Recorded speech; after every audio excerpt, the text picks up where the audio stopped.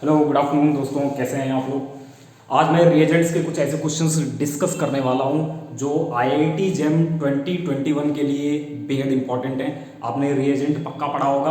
अगर आपने पढ़ा है तो पहले इस वीडियो को पॉज करके इन सब को करके देखिएगा तो आपको समझ में आएगा आपने कितना बेहतर रिएजेंट सीखा है। क्योंकि सवाल तो हर बार एक ऐसा आता है जो गच्चा दे ही जाता है, चाहे वो कोई हो, किसी को भी। क्योंकि एग्जामिनर के पास ऐसा तो है नहीं कि जो 2 बुक हमने पढ़ाई या 4 बुक्स जिससे हमने पढ़ाया वही अवेलेबल है। उसके पास तो अथाह संसार है, वो कहीं से भी पूछ सकता है। तो बाउंडेशन हमें है, उसे नहीं है। इसीलिए रिएजेंट जो कि बहुत इंपॉर्टेंट है, चाहे आप कितना पढ़ लीजिए इसका अंत नहीं है, भयंकर इंपॉर्टेंट भी है।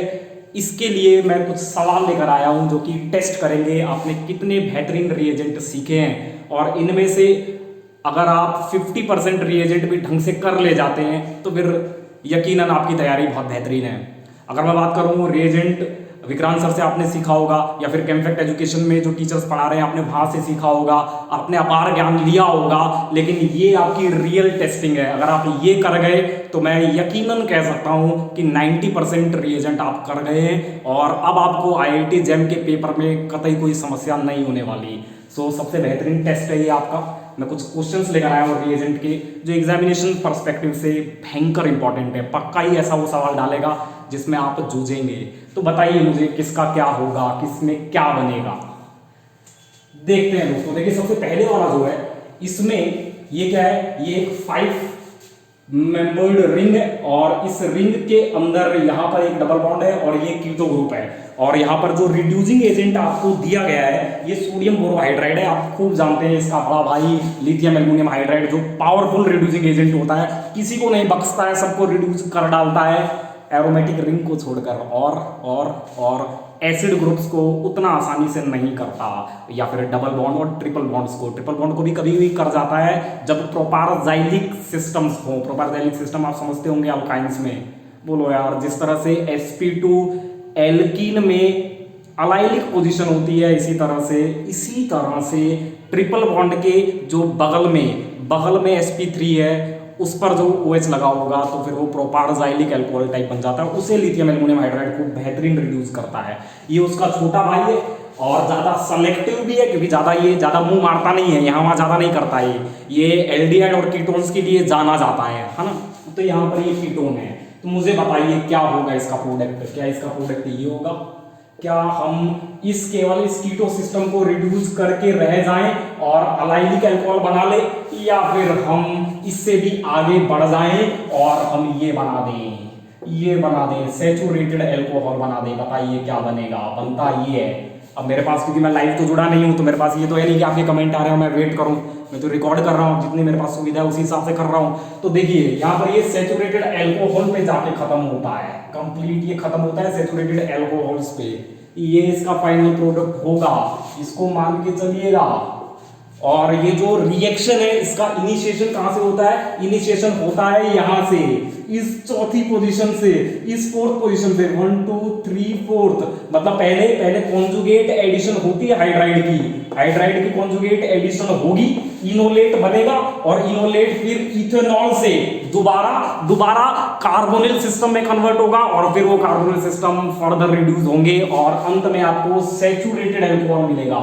इसका मैकेनिज्म आप सीखे भी होंगे, नहीं सीखे हैं तो अब समय नहीं है। अब सिंपल आप इसको समझ लीजिए, इसी को जान लीजिए कि जब भी अगर कीटोन सिस्टम हुआ, alpha beta unsaturated ketone system हुआ और अगर आपने सोडियम बोरोहाइड्राइड देखा, सोडियम बोरोहाइड्राइड ही देखना बस, ये सोडियम बोरोहाइड्राइड, इसके नीचे इथेनॉल, ये इतना काफी है। अगर यहाँ पर सीरियम टाइप सॉल्ट आ गए तो फिर लफड़ा हो जाएगा, तो फिर ऐसा नहीं होगा, फिर ये रिएक्शन यही रुक जाएगी। और अगर ये आ गया ना, ये आ गया तो ये क्या है? ये एसिड है, लेविस एसिड है। ये लेविस एसिड है और ये क्या करेगा? इसके साथ कॉन्जुगेशन कर लेगा, मतलब इसके साथ अडक्ट बना लेगा, अडक्ट। और अगर इसके साथ अडक्ट बना लेगा तो ये एक तरह से प्रोटेक्टेड हो जाएगा, तो ये फर्दर रिड्यूस नहीं होगा।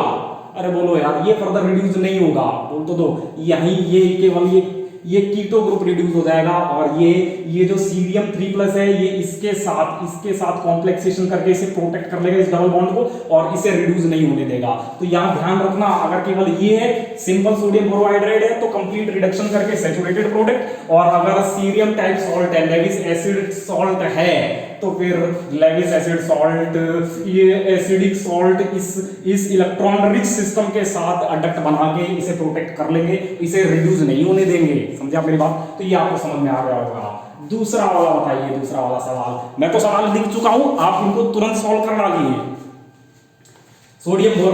सोडियम साइनोबोरोहाइड्राइड, ये क्या है? सोडियम बोरोहाइड्राइड का ही भाई है। इसी में हमने मॉडिफिकेशन किए हैं, और मॉडिफिकेशन किए क्यों है? ताकि इसकी सेलेक्टिविटी और रिएक्टिविटी के साथ खेल सके।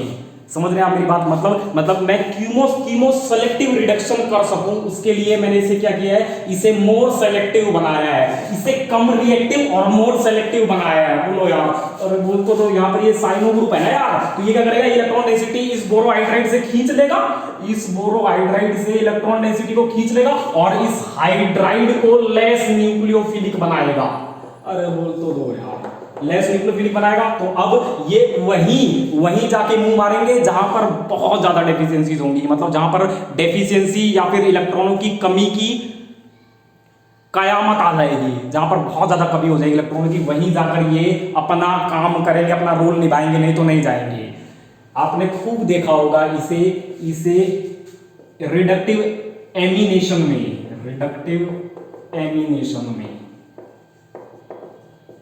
पहले क्या करते थे? पहले इसे वो बनाते थे, हाइड्रोजन बनाते थे, NH2 से इससे पहले रिएक्ट करवाते थे, फिर यहाँ पर हाइड्रोजन बनता था, फिर रिडक्शन करवाते थे।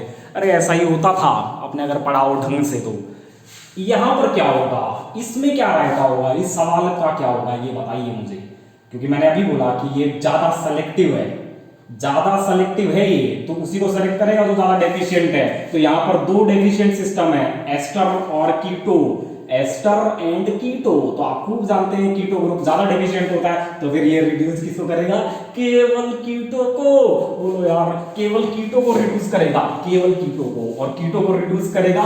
तो यहाँ पर स्टीरियोकेमिस्ट्री का थोड़ा सा खेला है, ओए स्टीरियोकेमिस्ट्री का थोड़ा खेला है यहाँ पर। ये सिस्टम कुछ इस तरह से होंगे, देखो कुछ इस तरह से ये सिस्टम होंगे यार, इस तरह से ये 5 मेंबर होगा, वो CO2 ET नीचे की तरफ, H ऊपर की तरफ। बोलो यार, अरे बोल तो दो, ये CO ये एस्टर ग्रुप नीचे की तरफ है ना यार, और H ग्रुप ऊपर की तरफ है। यहाँ पर ये जो रिंग जंक्शन है, रिंग जंक्शन इसमें भी ये H नीचे की तरफ है, और इस तरह से ये 5 मेंबर्ड रिंग है। तो ये ऊपर वाला क्या हो गया? Concave face. और यहाँ ये ज्यादा हिंडर्ड अटैक रिड्यूसिंग एजेंट का हाइड्राइड डिलीवरी नीचे से होगी, और अगर नीचे से होगी तो H यहाँ नीचे से जुड़ेगा। बोलो यार, H नीचे से जुड़ेगा, और अगर H नीचे से जुड़ा, ये तो अरे ये एस्टर ग्रुप तो दूसरे इस कार्बन पे है, इससे तो अपने को लेना देना नहीं, अपने तो अटैक अपन यहाँ करवाएंगे। डेफिशिएंट तो ये है, हाइड्राइड डिलीवरी इस पर हो रही है, और जैसे हाइड्राइड डिलीवरी इस पे होगी तो H नीचे से यहाँ जुड़ जाएगा और OH ऐसे ऊपर। बोलो यार, तो अब अगर आप प्रोडक्ट बनाएंगे, तो प्रोडक्ट आपको कैसा दिखेगा ये आपको समझ में आया होगा, कॉनकेव और कॉन्वेक्स फेस। बोलो यार, तो इसका जो प्रोडक्ट आप बनाएंगे वो आपका ये हो जाएगा, क्या हो जाएगा? OH ऊपर की तरफ, H नीचे से डिलीवर हुआ है, क्योंकि नीचे वाला जो फेस था, कॉन्वेक्स जो फेस था, वो उस पे स्टेरिक हिंड्रेंस नहीं थी, उसमें स्टेरिक कंजेशंस नहीं थे, स्टेरिक क्राउडिंग नहीं थी, ऊपर स्टेरिक क्राउडिंग थी। बोलो यार, और बोल तो दो, तो ये हो गया H, और ये हो गया, ये आपका रिड्यूस नहीं होगा रे, इसको रिड्यूस मत करना, यही रिड्यूस होगा, क्यूमो सेलेक्टिव रिएक्शन है ये। बोलो यार, एक ही फंक्शनल, दो अवेलेबल फंक्शनल ग्रुप है, लेकिन अगर मैं एक ही करना चाहूं, एक को ही रिएक्ट करना चाहूं, एक को ही मॉडिफाई करवाना चाहूं, तो फिर इस तरह के रिएजेंट, मैं मॉडिफाइड रिएजेंट्स यूज करता हूं, और इनकी क्योंकि रिएक्टिविटी कम है, तो ये मोर रिएक्टिव फंक्शनल ग्रुप्स के साथ एक्सक्लूसिवली रिएक्ट कर जाएंगे, और इस तरह का आपको फाइनल प्रोडक्ट मिलेगा। ये वाला बताइए, ये वाला, अरे ये वाला, ये करेगा, ये सुपर रिड्यूसिंग एजेंट है, सुपर हाइड्राइड डोनर है, ये कमाल ही कर देगा। ये क्या करेगा? ये अपना कहेगा, देख ये क्या है? इलेक्ट्रॉन रिलीजिंग ग्रुप है, प्लस R दिखाने वाले इथाइल ग्रुप लगे हुए हैं, जो कि इस रिड्यूसिंग एजेंट को एक सुपर न्यूक्लियोफाइल बना रहे हैं, सुपर न्यूक्लियोफिलिक बना रहे हैं। और ये सुपर न्यूक्लियोफिलिक है तो फिर ये क्या करेगा, कहेगा भाई तेरा कोई काम नहीं है, बस निकल जा और तेरी जगह मैं हाइड्राइड चिपका दूंगा। तो पहले वाले केस में क्या होगा, सबसे पहले वाले केस में ऊपर वाले केस में क्या होगा, सबसे पहले वाले केस में होगा। देखिए जो मैंने करवा दिया मैं उनको मिटा देता हूं ताकि मैं ज्यादा स्पेस का इस्तेमाल कर पाऊं। अरे ये सवाल पक्का ही इनको कर लेना भाई, अगर रिएजेंट में कुछ करना चाहते हो और रिएजेंट का सवाल गलत ना हो, क्योंकि दुनिया में गलत ही होगा, वो पक्का ही गलत होगा 100%। तो यहाँ पर क्या है, ये सुपर न्यूक्लियोफाइल है और ये हाइड्राइड डिलीवरी कमाल की करेगा और TOS को इस बेहतरीन लिविंग ग्रुप को बहुत आसानी से बाहर निकाल के फेंक देगा, टोसाइलेट ग्रुप को फेंकेगा, कहेगा हट तेरी कोई जरूरत नहीं है, और यहाँ पर आके H चिपक जाएगा, जुड़ जाएगा, क्या बनेगा CH3, सैचुरेटेड हाइड्रोकार्बन, सैचुरेटेड और वो भी हाइड्रोकार्बन। कमाल है ये, कमाल। और लेकिन दूसरे वाले केस में क्या होगा, इस केस में क्या होगा, ये इतना कमाल का न्यूक्लियोफिलिक तो नहीं है, बोलो यार, यहाँ तो +R लगाने वाले इथाइल ग्रुप मौजूद थे, यहाँ पर अवेलेबल नहीं है, तो यहाँ पर ये लीव करेगा, ये लीव जरूर करेगा, लेकिन यहाँ पर पूरी तरह से हाइड्राइड इसकी जगह नहीं लेगा, और यहाँ पर इस केस में, इस वाले केस में, इस केस में ये बन जाएगा। इनका तो एडामेंटेन टाइप सिस्टम है ये, याद हो तो, एडामेंटेन टाइप सिस्टम OH ये बनेगा। पक्का ही ध्यान रखना है ऐसी चीजों का, नहीं तो कच्चा खाओगे 100%। समझे आप मेरी बात? ये तीनों सवाल आप सीखे क्या? अरे सीखे क्या?